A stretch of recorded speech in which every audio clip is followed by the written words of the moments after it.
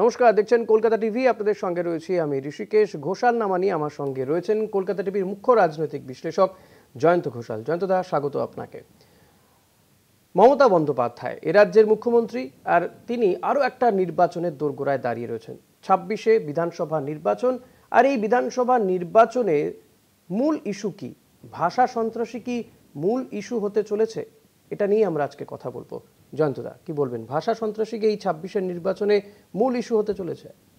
আমার মনে হচ্ছে যে আমাদের মূল ইস্যু কি হবে তার শেষ কথাটা বলার জন্য আরেকটু অপেক্ষা করা। তার কারণ যেমনটা তুমিও বলো যে এখন অনেকটা সময় আছে, মানে এখনই শেষ কথা বলার সময় আসেনি। আমি তোমার কথাই ধার করে বলছি যে ইভেন্টের একটা নিজস্ব মোমেন্টাম থাকে। এখানে আরও কি কি ইস্যু আসবে তো আমরা জানি না, কিন্তু আজকের দিনে দাঁড়িয়ে যদি বলো তাহলে আমি বলবো যে এটাই হচ্ছে সবথেকে বড় ইস্যু। এবং মমতা বন্দ্যোপাধ্যায় এই যে ভাষা সন্ত্রাস, ভাষা সাম্রাজ্যবাদ, এবং ভাষা তো শুধু নয়, ভাষার হাত ধরে সংস্কৃতি আসে, সেই সাংস্কৃতিক যে অত্যাচার, সেখানে মানে বাঙালি ডিএনএতে আঘাত লাগছে, এইটা কিন্তু খুব সেন্টিমেন্টাল ইস্যু। এবং বিজেপিকে এখন মিঠুন চক্রবর্তীকে পর্যন্ত মাঠে নামাতে হয়েছে এটা বলার জন্য যে আমি বাঙালি, মিঠুন চক্রবর্তী, আমি কি বাঙালি নই, তাহলে আমি কেন বিজেপি করছি? হ্যাঁ, এই যে ডিফেন্স পলিটিক্সটা, এটা তো মমতা বাধ্য করলো।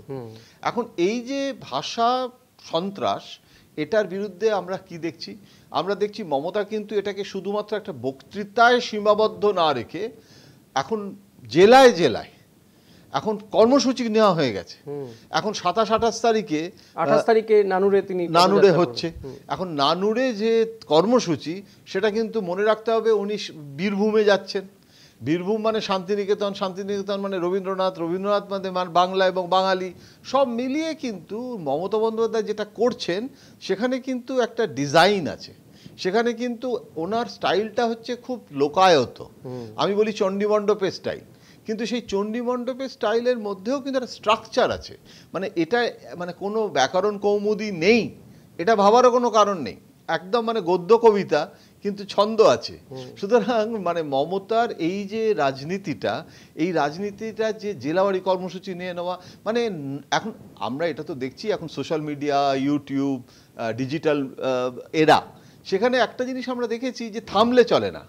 প্রতিদিন ঘুম থেকে উঠেই তোমাকে কিছু না কিছু বলতে হবে, তোমাকে কিছু না কিছু এক্স হ্যান্ডেলে লিখতে হবে, ফেসবুকে পোস্ট করতে হবে, এবং তোমাকে তা না হলে ফেসবুক অথরিটি বলে যে এই সপ্তাহে তোমার এনগেজমেন্ট কমে গেছে, হ্যাঁ তুমি সাংঘাতিক গত সপ্তাহে ছিলে। মানে তোমার ওপরে একটা রীতিমতো মনস্তাত্ত্বিক চাপ। সুতরাং আমাদের এই সমাজ ব্যবস্থায় এখন তো আগেকার দিনের সাবেক ভোট ব্যবস্থা নেই।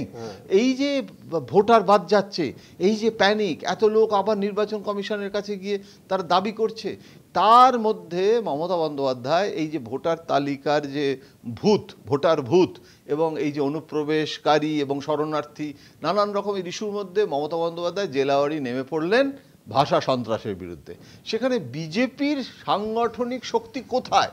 বিজেপি তো পাল্টা কোনো কর্মসূচি একটা উত্তরবঙ্গে শুভেন্দু অধিকারী নিয়েছিল, সেটা তো না পার্টির সভাপতি গেছিল, না দিলীপ ঘোষ গেছিল, শুভেন্দু একলা চলরে নীতি নিয়ে তাকে করতে হয়েছিল। তো উত্তরবঙ্গের লোক তো সুকান্ত নিজেই, তো সেখানে সুকান্ত কিন্তু প্রাক্তন সভাপতি, তিনি সেদিনকে ছিলেনই না সেখানে।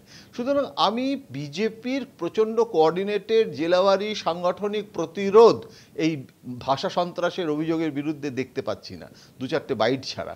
সুতরাং সেখানে মমতা বন্দ্যোপাধ্যায় কিন্তু এই ইস্যুটাতে কয়েক ধাপ এখন এগিয়ে গেছে।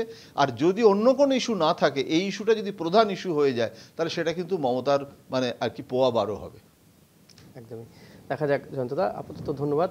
নিঃসন্দেহে বোঝাই গেছে, তবে আমাদের অতি অবশ্যই বলতে হবে, জয়ন্তদাও যেটা বললেন যে আরেকটু সময় যেতে দিতে হবে, তাহলে বোঝা যাবে যে মূল ইস্যু কোনটা হয়ে দাঁড়াচ্ছে। তবে আপাতত আজকের দিনে দাঁড়িয়ে কিন্তু এটাই সবচেয়ে বড় ইস্যু, আর সেই বড় ইস্যুকে সামনে রেখেই মমতা বন্দ্যোপাধ্যায় একেবারে পথে নামতে চলেছেন। তিনি বীরভূমে যাচ্ছেন, সেখানে পদযাত্রা করবেন। ফলত সেদিকে আমাদের নজর থাকবে। আপনাদের নজর থাকুক কলকাতা টিভিতে রাত দিন 7 দিন। সঙ্গে রাখুন কলকাতা টিভি ডিজিটাল।